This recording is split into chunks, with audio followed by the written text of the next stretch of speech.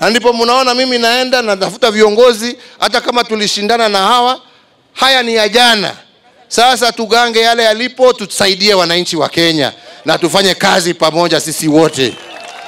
Si namna hiyo? Nilikuwa nawaambia hapo kwa assembly. Si hata hapa mlikuwa na competition ya mwaka kati ya Kiraito na Munya. Si walishindana?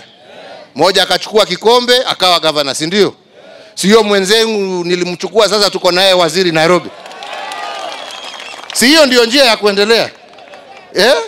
Hakuna mtu, hatutaki kuacha mtu yeyote nje.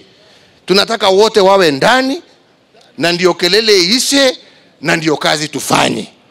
Kwa hivyo mkiniona na Raila, mkiona na nani, hiyo ni sawa, ni wa Kenya. Tuungane.